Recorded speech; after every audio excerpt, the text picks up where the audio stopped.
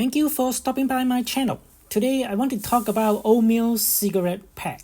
Recently, in Robert Edward auctions, they sold the oatmeal cigarette pack for $6,600, which is a very crazy price. In fact, that pack was from a collection of 10 that Robert Edward auction also offered back in 2017. Those 10 packs were found in an auction in North Dakota, and the owner bought these 10 packs and 2 of them with the cellophane and 8 packs without the cellophane. Robert Edward auction sold one of the pack that have the cellophane for $3,900. Back in 2017, that price is really crazy. And that pack was offered as an unopened pack because that pack still have the cellophane, even though the cellophane is torn up in some places, but then you can tell it is still sealed. However, that pack have a test stamp, and the test stamp also have a date overprint, but we can't really tell the date and year on the over stamp, and it is not being mentioned in the auction description anywhere. But Robert Edward auction offer that could possibly contain a T206 or T10 card. So that was from 2017, and the one that recently sold for $6,600 is one of those 8 that have no cellophane wrapping. However, the consignor shrink wrap the pack, just keeping the tobacco particles from leaking out. In terms of cigarette brand that can pull T206 cards, there's no doubt that oatmeal cigarettes has the most beautiful design. There are multiple oatmeal cigarette display. It shows the very bright color designs. There's no doubt there's lots of collectors like those. During the T206 time period, there are also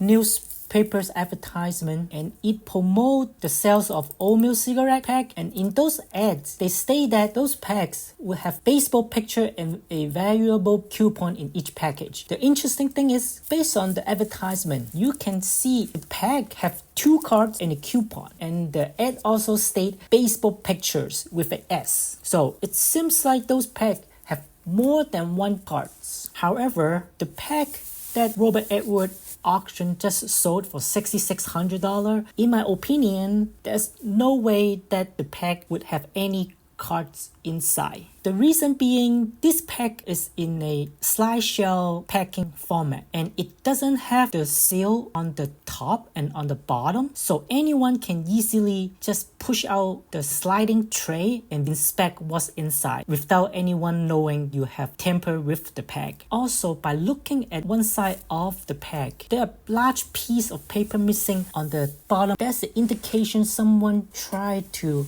pull out the tray and reveal what's inside.